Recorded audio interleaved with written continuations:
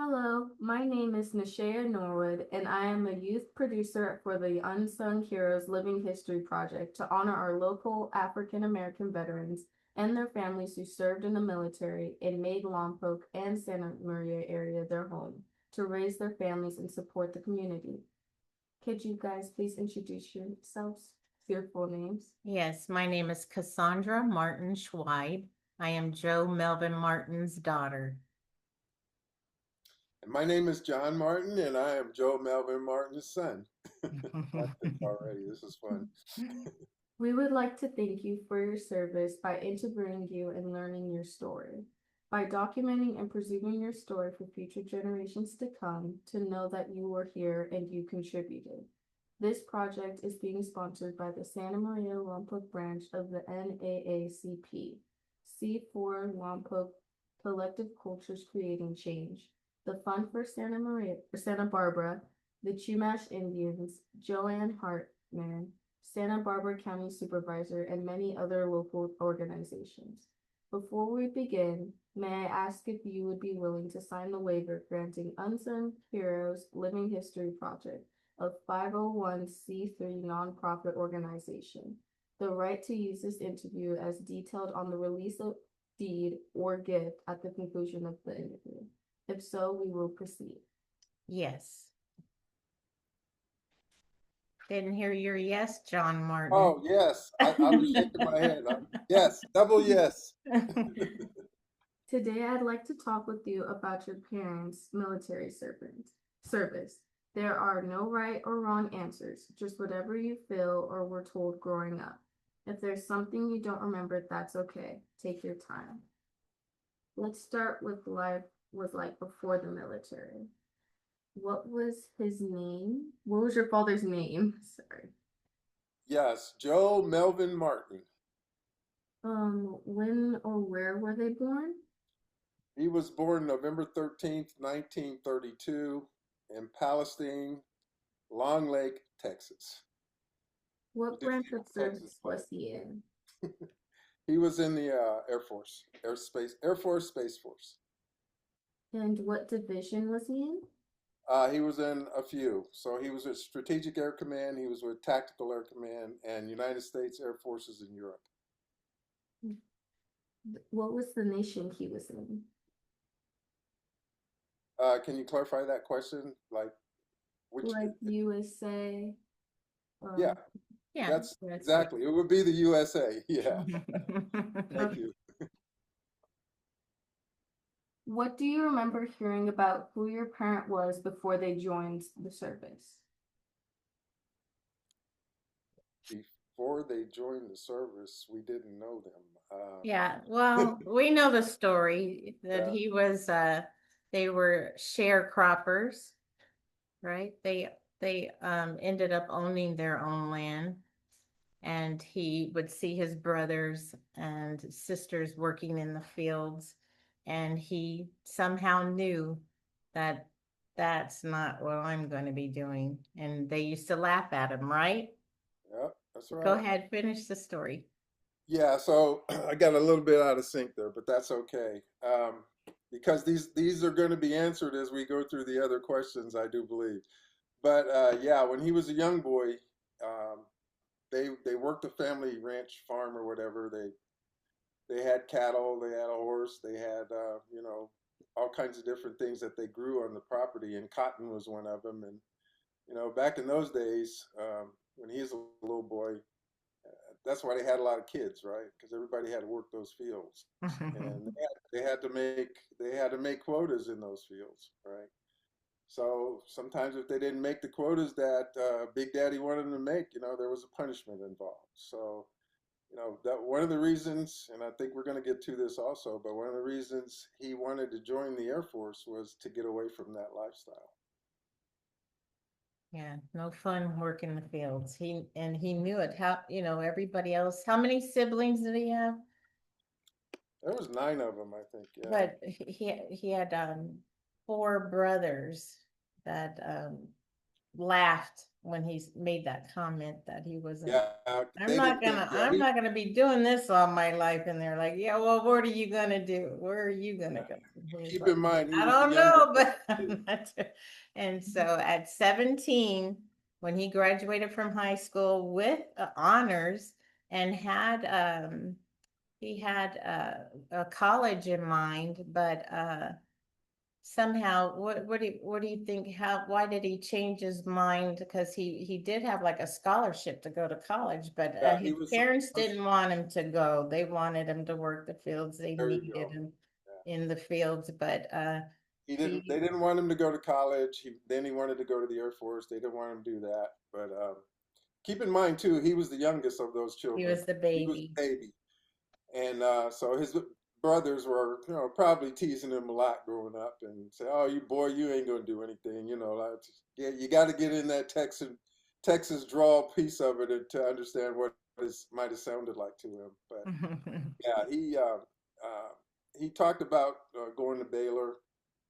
He talked about going to the Air Force, but they didn't want him to leave the farm basically. So he had to make a decision somewhere, and he was too young to join the Air Force because he was only 17. He So was 17 when he someone had to. graduated from high school, and he went to sign up. And they were like, yeah, we'd love to have you, but you're only 17. You're going to have to get an adult to sign for you. Your mom or your dad got to come back and sign. And he was like, oh no, because he already knew they didn't want him to do that. So then what happened, John? Well, let's have another question from her because I think we're kind of going down the. I'm trying to look at this Well, list. this is how he joined at 17. I was going to say that Yeah, his family member did end up signing. yeah, he did. He He was did too get a young. signature to go in. Yeah, so Yes, they did end up signing and he did join. correct. Now let's talk about the early days in the military. Did your parent ever share stories about boot camp or training? Like, for instance, were those stories serious, funny, or maybe difficult? Yeah, he did. He went to his BMT in San Antonio, Lackland Air Force Base, and being a 17-year-old, he he was ready. He was full of vim and vigor. He wanted to start his life and get his things done. And he would talk about things him and some of his fellow recruits would do, trying not to get in trouble, but they were still kids. I mean, they were only 17 years old, so they're going to try different things. Dad was pretty much very well disciplined, coming where he came from. So it was not hard for him to follow those orders and do those kinds of things. Um, the overall feeling I got out of his basic training, I mean, from the day he went in there till the day he left, the Air Force was his entire life. He loved it. He he worked hard for it. He did everything he could to make sure that his family was okay and doing good. So, I mean, as far as any other stories about BMT, there wasn't much really after that I can recall anyway. That were it was just he felt like he was free. Okay, that was his freedom. He loved it. Do you think that he felt prepared for the military life when he first joined? Yeah, he was more than prepared. Mhm. Like I said, he had a scholarship to go to Baylor University. If he had done that and not gone through the BMT for enlisted, he probably would have come out a colonel or a general because he would have had a college degree.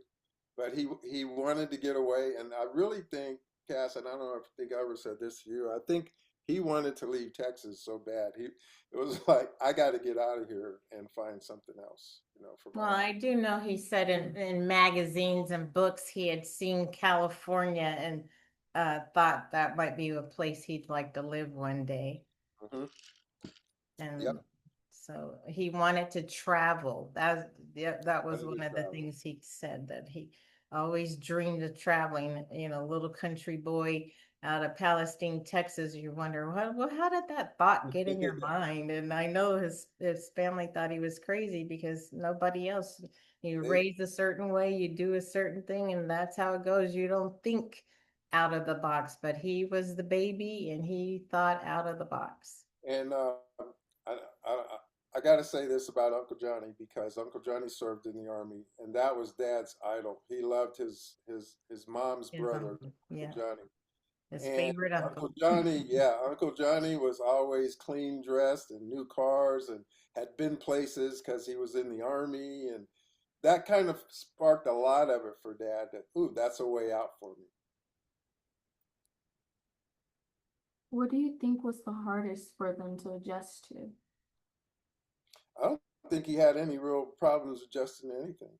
You know, when you want something bad enough and you're putting it all on the line to go get it, you know, you're taking that risk, but it's that risk that you've been wanting. I want to find out what I can do. You know, I don't think he drawbacks. I think if he had drawbacks, he would have never left Texas. I think that he was young and fearless because he hadn't really lived life, so he didn't know to be afraid.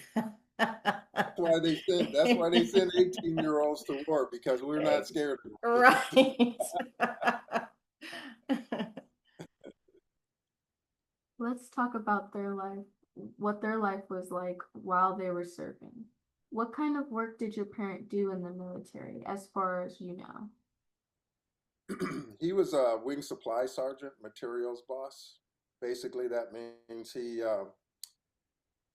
ordered bombs and bullets and things for aircraft and fuel and accommodations for people on base. So any kind of material that was needed from the time he was a staff sergeant, which is a four striper.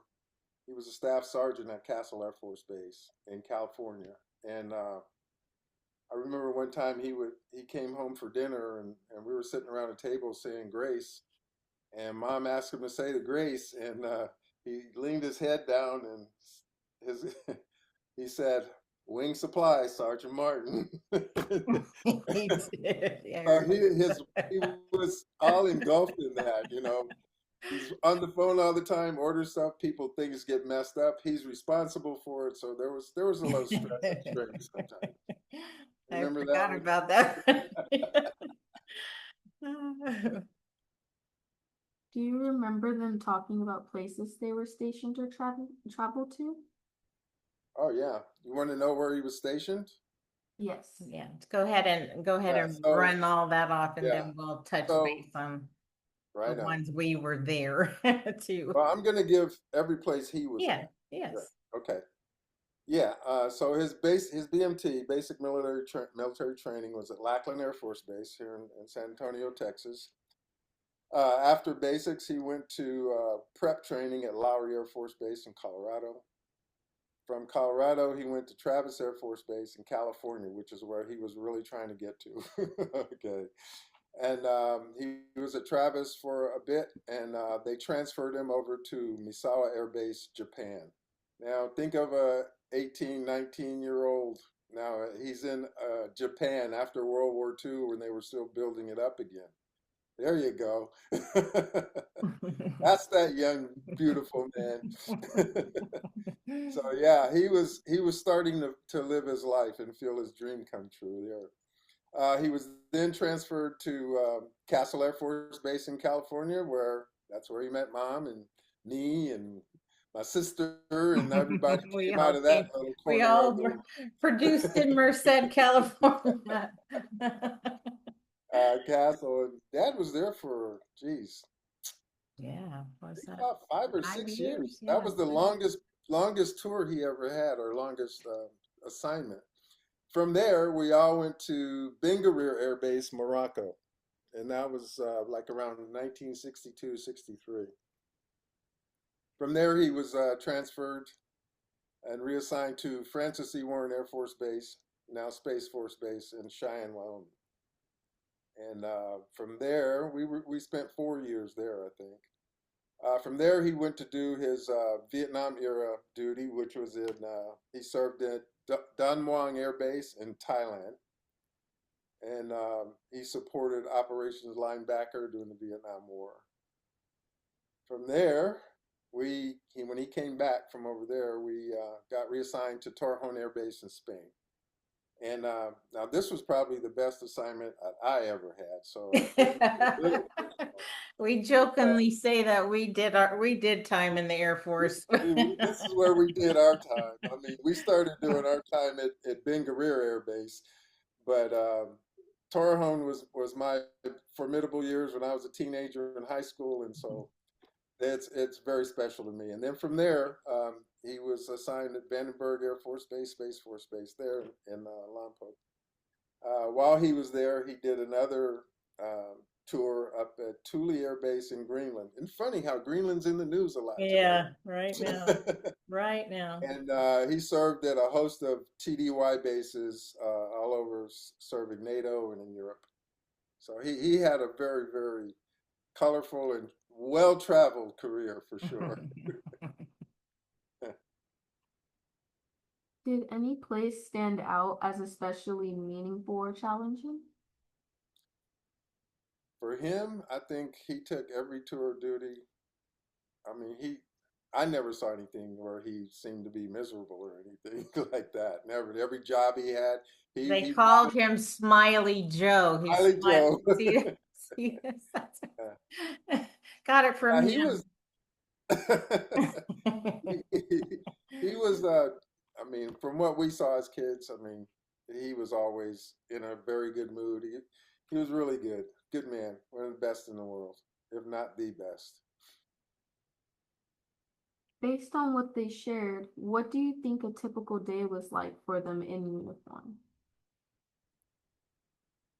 Typical day for dad. I mean, we can go. Whew. He was into a lot of things. Okay, not just his regular job, but he was also big in sports. He played softball. He was a pitcher. He played basketball. He did everything. There you go. There's a good shot. That's a picture taken in Thailand, I believe. And not only that, I mean, back in those days, my dad was a worker. He was an earner. And we would be at bases, and if he wanted to pick up a little extra cash, he would clean houses for the next people coming in. He He would worked at manage the bowling lanes. base. He even worked at the base bowling alley. He was Right, just right. He was the manager. super energy. And So in yeah, between, like you said, playing baseball, basketball, and when he got older, he became the coach. So coach. in Spain, he was like famous. He would be Yeah, interviewed, and yeah. we'd hear him on the radio, and like, that's my dad. I was at that game. That was one of my friends sitting right behind him. Yeah, that was pretty. Yeah, very cool. Did they talk about friends or people they served with who mattered a lot to them? And if so, do Yeah, you know yeah. if they stayed in touch after leaving the service? Yeah, with a lot of them, but we knew all those people too. I mean, everywhere they went, we went. Unless, when we start getting older, they would go play cards at a friend's house or whatever. Most of the people that we knew, they were all in the same squadron, okay? And so that's how things were done when you would travel from base to base. Whatever squadron is, there was someone's wife would like bring mom in, and they had the NCO wives club and things like that. And as kids, when we got, and I'll use the word indoctrinated because that's what we did, we had a sponsor at each location that would work with us. Usually there were kids our age, so everywhere we went, it was not like we had to really figure things out. I mean, once you do that a few times, it becomes a habit. I mean, that's the indoctrination. That's when you start serving, and that's when we started serving. Is when we had to do that. I mean, as kids, as dependents, we became world famous ourselves in a lot of ways. Well, we do keep in touch. Right today, the high saws that we met in Spain, both of my parents have passed away, but we still stay in touch with friends from our tours because they were family. When you're away from your family, you make family. And so we have family all over the place. People almost roll their eyes when I say, well, yeah, oh, you're going to Arizona. Oh, I can go to Arizona. I have somebody I know in Arizona. Like, you know somebody everywhere. And we're just, yeah, yes, I I do get that too. actually. They say, Yeah, where haven't you been? right. And that, that we stayed in touch. Yeah. That's what's beautiful. We're still in touch. The Morelands in Atlanta too. Yeah, and my brother graduated high school in Spain, and he goes to a Spain reunion. What is it, every other year? Every Or 3 years. Yeah, every we three just years? had one last year And in it's Florida. huge. It's a huge amount of people that show up, and it's like, Yeah. wow. Well, you've been to them. Yeah, I go too, just cause the little kid sister. I show up, and everybody still remembers. Oh, that's John's little sister.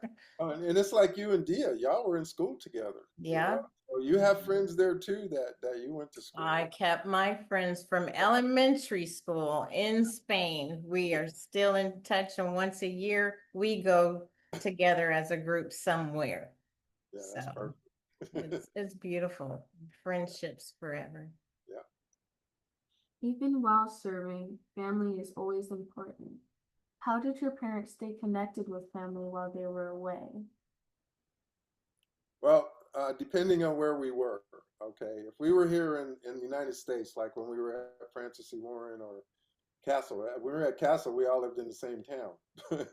But when we were at Francis C. Warren, my grandparents would come up. They would call on the phone. They wrote letters. They did all that stuff. But they would also try to see each other. Yeah, Uh, they'd come they were- see us. they would come visit us, and then summertime we would either go to California or to Texas during his time off from work.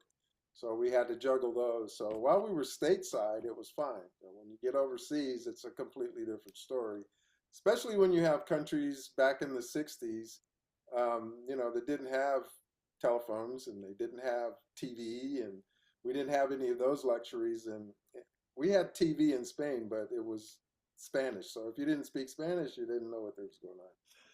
But anyway, we had a lot of ways to communicate, but it was mostly with that APO New York airmail. Yeah, We wrote letters. letters. We wrote Yeah, letters. no text messaging. None of that. Yeah, a lot of letters, writing letters. That's back when people wrote in cursive writing. Cursive, like that. No text messages in Spain. Some people had phones, but for some reason, my parents opted out. We didn't have a phone. And so emergencies, even like it when I was only 3, so but I do have recollection that my mother's grandfather passed away, and how do you get that information to someone in Morocco?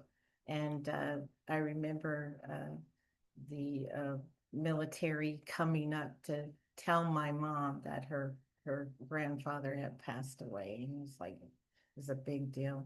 And in Spain, we didn't have a phone, but we wrote letters. But now we're in the 70s and everything's a little more progressive. And my aunts and stuff would come. They'd fly. Ooh, I'm glad you're going to Spain. Everybody was glad we were going to Spain. They wanted to come visit. So, yeah, we stayed in touch through mostly letters, and grandparents would send us gifts. I found out after I was grown that my grandmother was sending my brother and I Christmas gifts, and the other kids weren't getting anything. You got a Christmas gift from grandma? I go, I guess we were special because we're so far away, I guess. Yeah, I guess that was it. I never But thought of it. it kept me connected. I really felt connected to my grandmother because of the little gifts she would give. And about every 3 years, we'd see her Yeah, when we'd come back from wherever we were stationed. especially when we were overseas on tour. Yeah, we couldn't just come back to the States, but we saw him quite a bit while we were stateside. So yeah, gosh, you're bringing back some really good stuff. Are there any items your family still has that remind you of their service? And my if God. so, how do those items make you feel today? See the Well, shit as like you can that? see, we have, oh gosh, photo albums, and my father has newspaper clippings and Oh, on and on. I think my brother, you see on the back of his chair, he's got my father's jacket. If you had time to take a tour of my garage, I have his baseball outfit, and we I've got a save few. everything. We Me too. just love my dad so much that we're Not trying to not to mention, cry. We cried last night. We're I trying know. not to cry through this part. We can't let go. We can't let it go. Some people say, take pictures, download it and, get rid of all that stuff. And I go, I guess one day, but it's not Not now. today.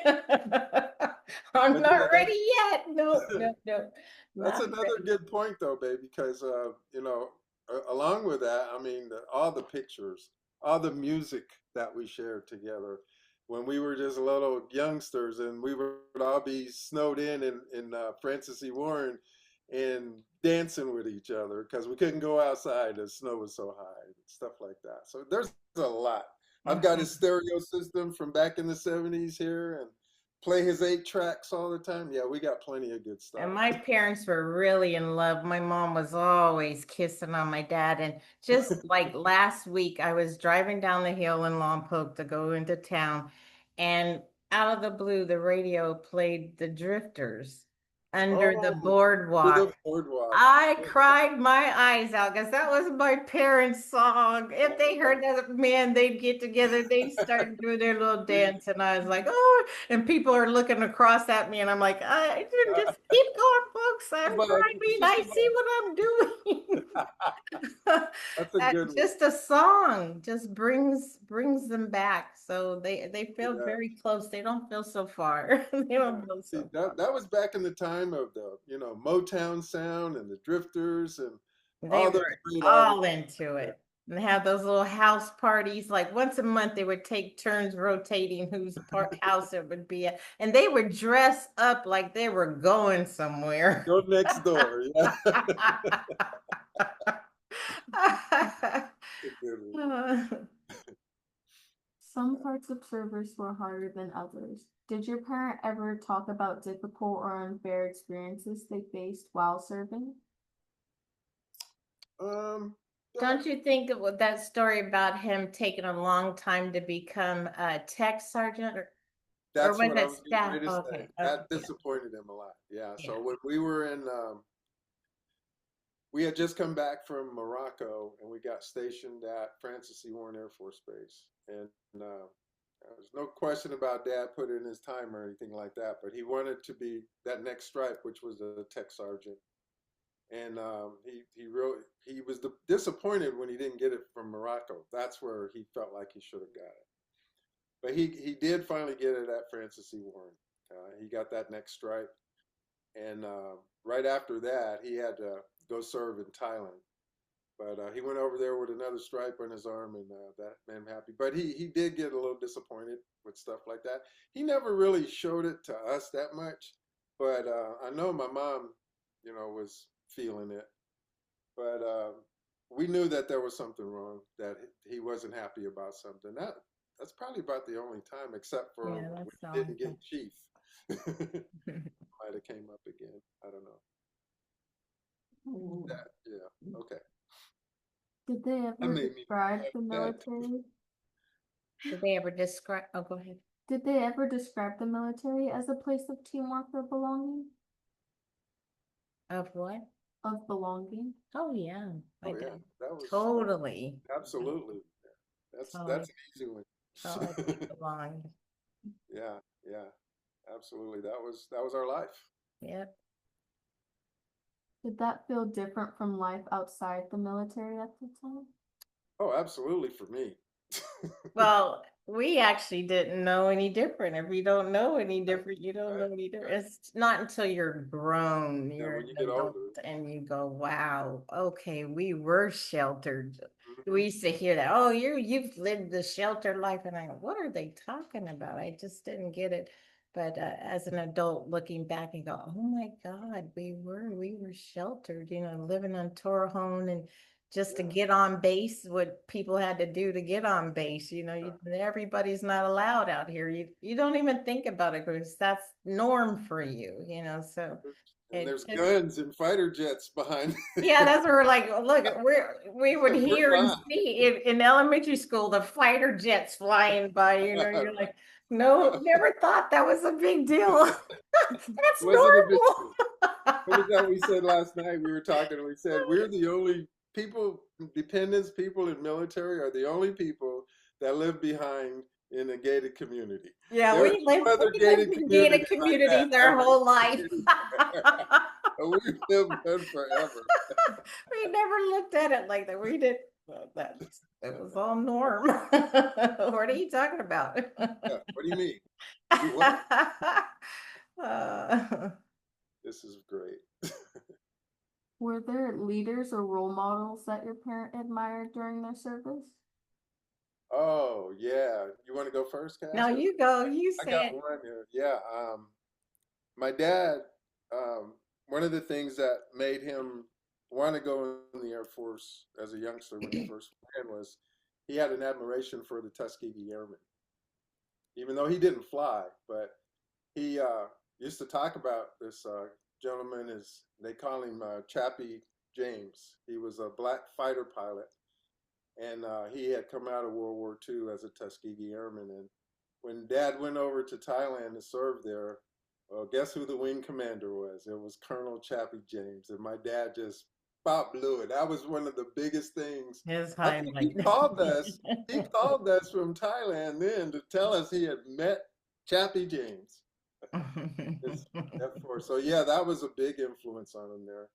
And And to see if I get this right, I remember him telling people this story all the time, and he would say that Chappie James was so big they would make jokes that he wore the airplane. you got it exactly right. He was a tall man. And when he got in that cockpit, it was always a little like he didn't fit in it, right? So he didn't fly that thing. He wore it. That was cool. That's a good one. A good one. I forgot about that. Yeah. Let's talk about coming home. What do you remember about your parents' transition back into civilian life? Well, you want to tell the story about why he left? I mean, he wanted to get one more stripe, Yeah. and he would have He had to go to Colorado. Go ahead. he had already done, I guess, what, 27 years, and they were saying he needed to work with a special team of inspectors, and he'd get the chief master sergeant.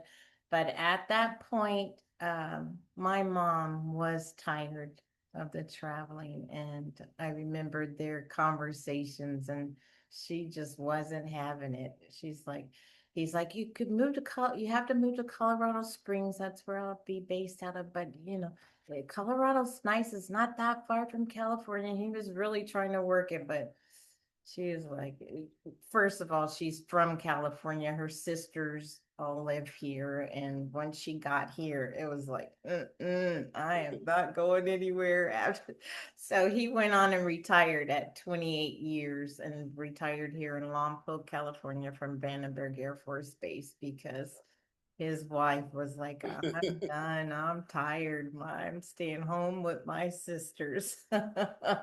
So he missed out on being chief, and my brother and I were discussing it last night. I wonder, did he have any regrets behind that? But you love your wife and got to keep her happy.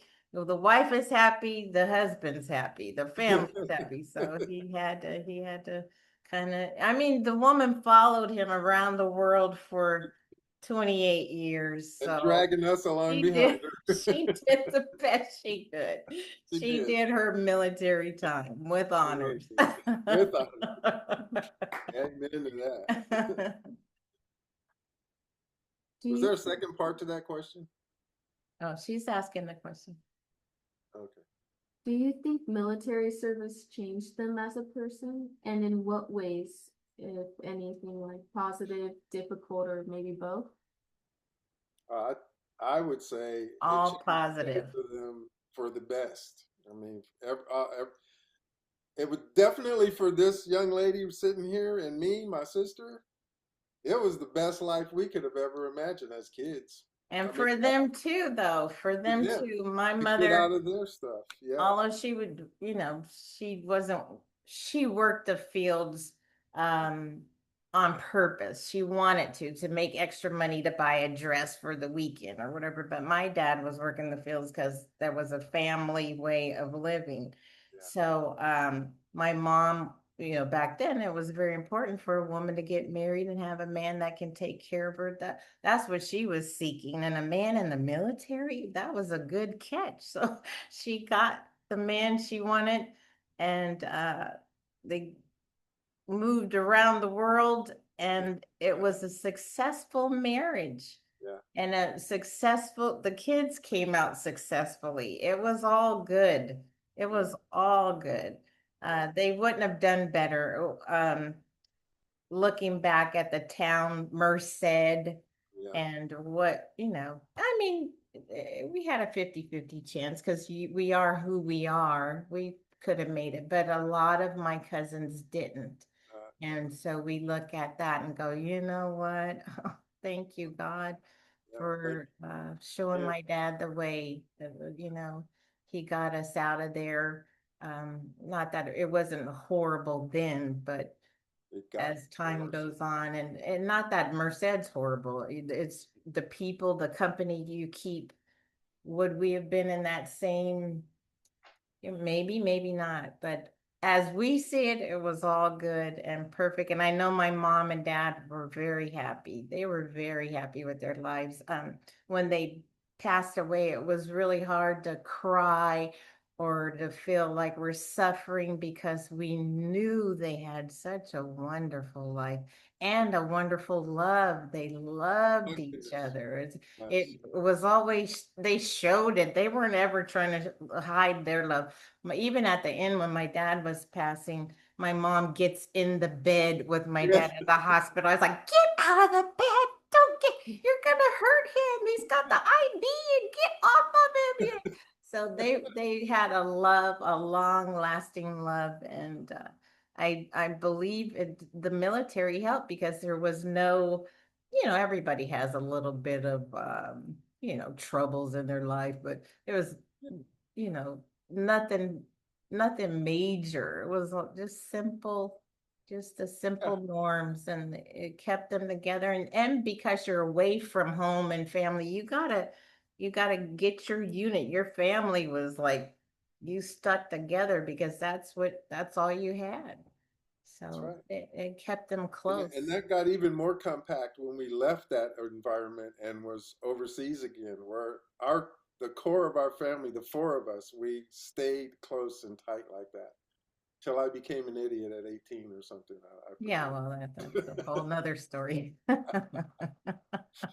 this is about dad, right? Well, Yes. my brother and I will admit it, we were crying last night because it did make us very close. We're 6 years apart in age. He's a boy, I'm a girl, but yet we still love each other. And we can't talk about this story, this stuff with anybody else. This happened to he Right. and This is I. us. And That's yeah, and we're like, oh man, that just really yeah. makes it tight. It keeps you Gonna close. make me start crying again. I know. Okay, let's move on. Next question, please. As we wrap up, let's reflect on their legacy. What do you think your parent was most proud of from their military service? Ooh, I think. See, these are good questions. There's just a lot of different answers, but they all go back to the same thing.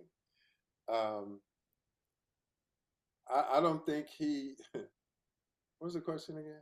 He. I was thinking for a specific word. Could you just read it to me one more time, please? Please.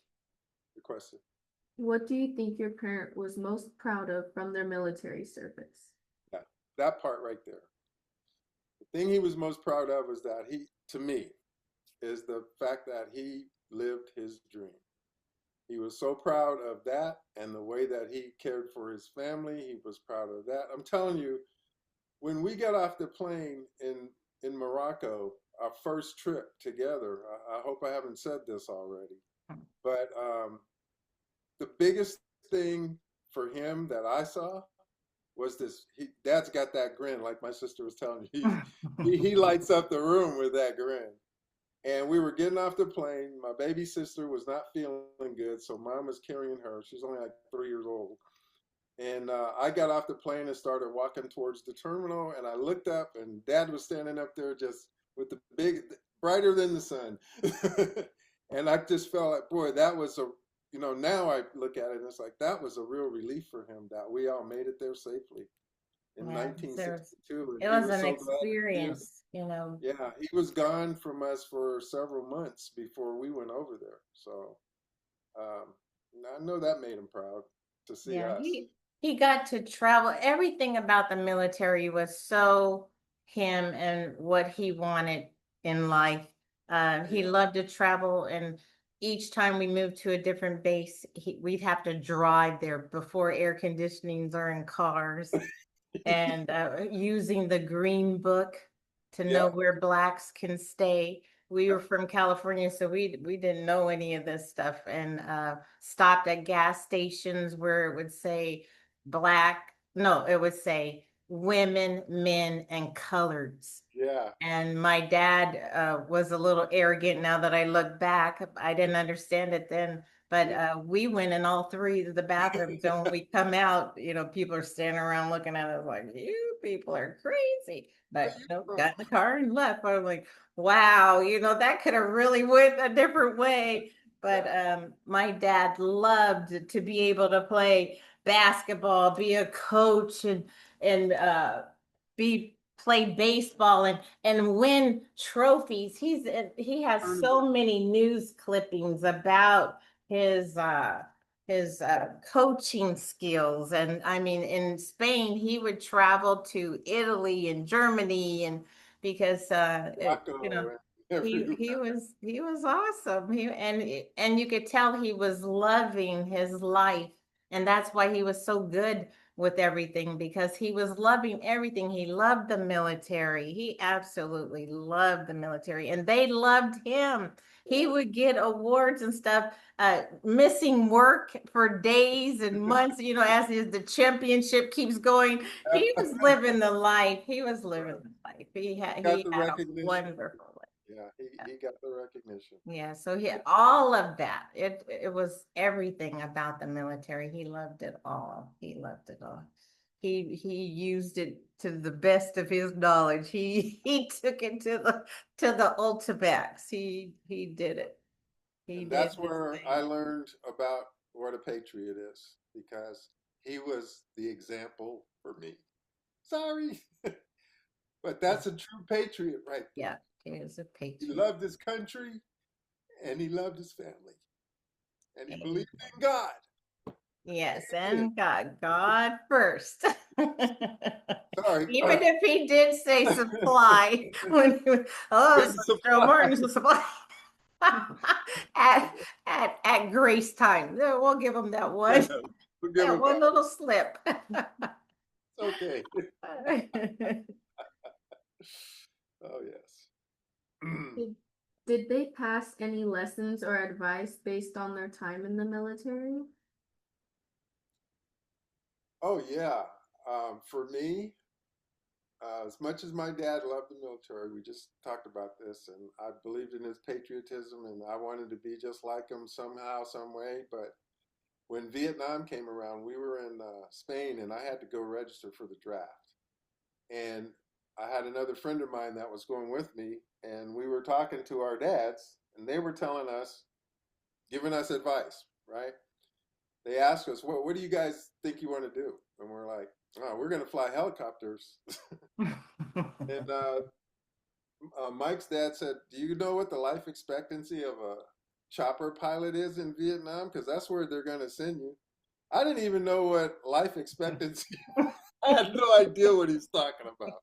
So, well, I guess we're not doing that. But anyway, Dad told me that if you're going to join, and he said it's your decision. I would rather you go in the Navy, not the Marines. Don't join the Army. Go in the Navy or join the Coast Guard. He said because if you join either of those others, you're going to go straight to Vietnam. and I don't want you going to Vietnam. I said, what about the Air Force, Dad? He said, well, you can do that, but they're in Vietnam too. He had already served his time. So I guess he was just letting me know, as much as that meant to him, he wanted me, I think, to find my way. And I did because of that. That was the But biggest advice ever. it also has made both of us patriots. Yeah. I don't think if we grew up in Merced, you know, we do love our flag. We do love our America, Yeah, and proud to say it. yeah, And when we travel now, we've gone back to Spain. We're still proud to be Americans. Proud to be Americans, and that came from being military brats. amen. And having that leader there.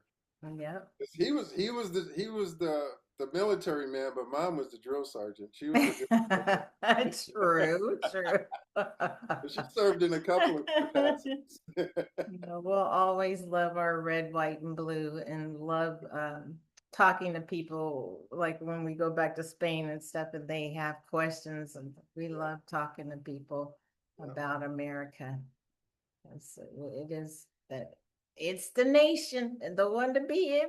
The nation. Yeah, question number 4, the nation. It's it. Okay. When future generations of your family hear about their service, what do you hope they understand or remember the most? Well, I hope they all, our kids all know about his service, and I think, I mean, he's got grandchildren, great grandchildren, great grandchildren, and they all know the story. Even the little ones will be learning it. But I don't know, Cass. It almost, and I like these questions because they make me Make you kind of think. go back to stuff, you know. But now I'll just say that the stories about him. I mean, when Isaiah got up there and talked about Graham and all that stuff, you know, they're at that age where they seem to catch on. You don't have to really tell them a lot.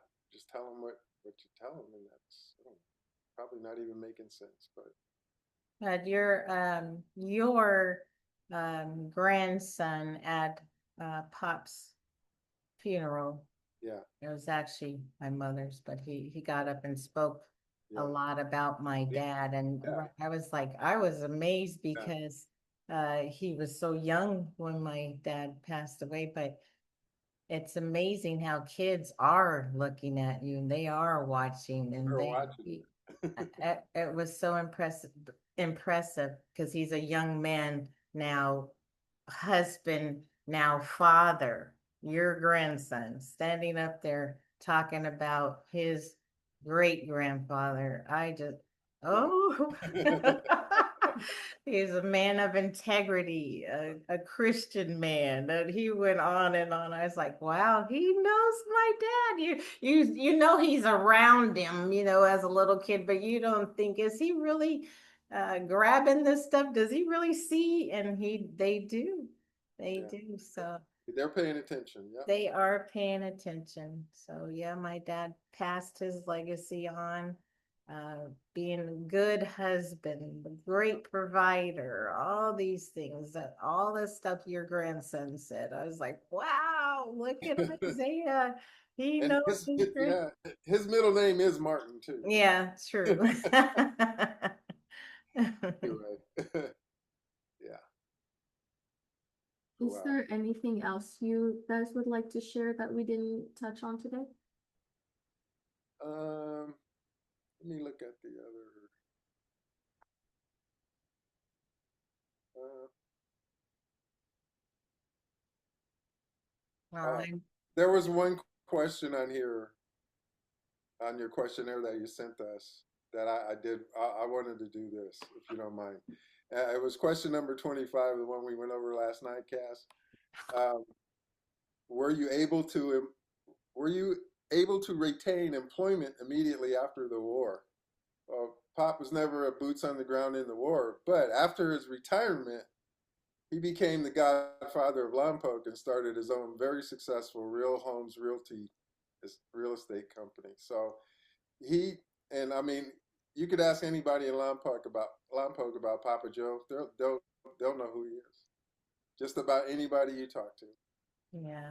He was that They well known in Lompoc. they coined that name with him from his church, True Vine Baptist Church, and of course it's now True Vine Fellowship in Lompoc, California. They all called him Papa Joe. He was the elder of the church for quite a while, and he also was a member of the Elks, the first Black member of the Elks.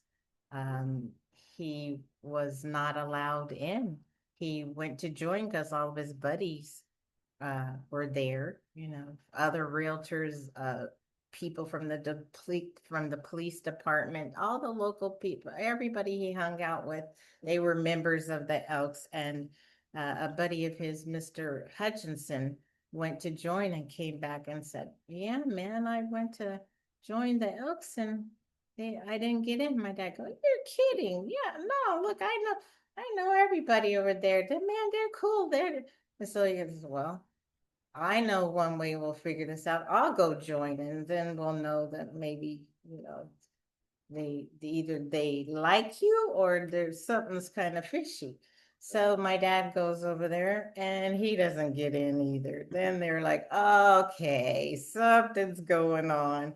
But it was really, to make a very long story short, I mean, it went all the way to the LA newspaper right away. LA comes down, they're trying to interview my dad and Mr. Hutchison. And then it went to Santa Maria, and it was like wildfire, and it went nationwide behind these two little Black men in Lompoc, California, trying to join the Elks.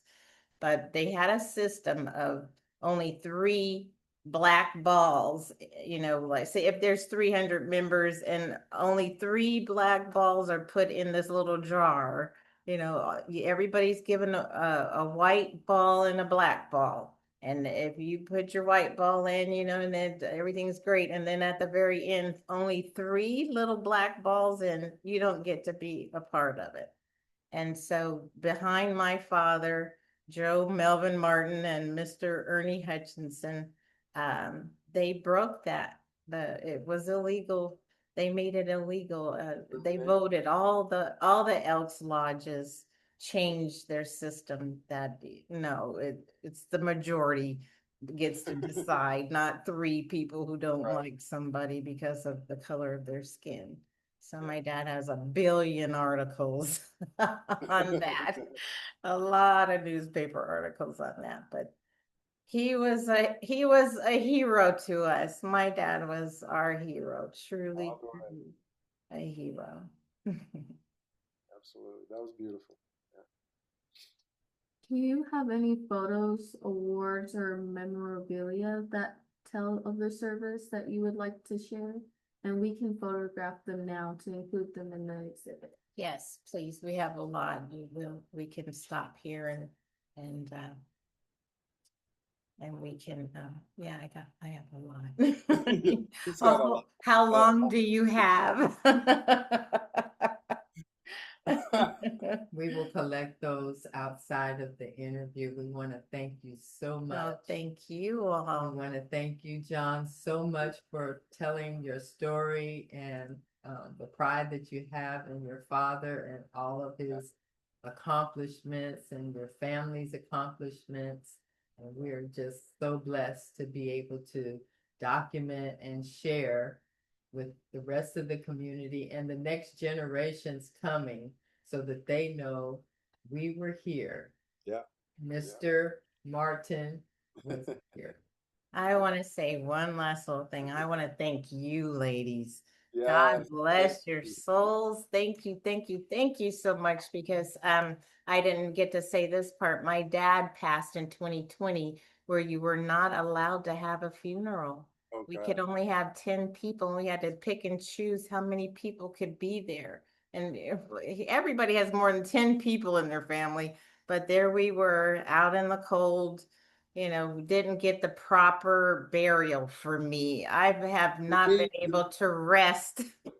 I was like, what can we do? Okay. And then I've been praying to God, what should I do? I came up with other things and it just didn't feel right, wasn't right. And when you all came to me and I was like, oh my God, my prayer's been answered. I'll be able to sleep tonight for the first time in 5 years because I finally did something to say he was our hero. He was our hero. How dare you, COVID, come along and rob him from a decent funeral? I mean, so thank you, Thank you, thank you, thank you thank you. so much. Appreciate Now I can cry. it. Go for it, baby. Thank you so much. Oh, thank you. Thank you. Beautiful, beautiful young lady. Of course, of course. Oh man.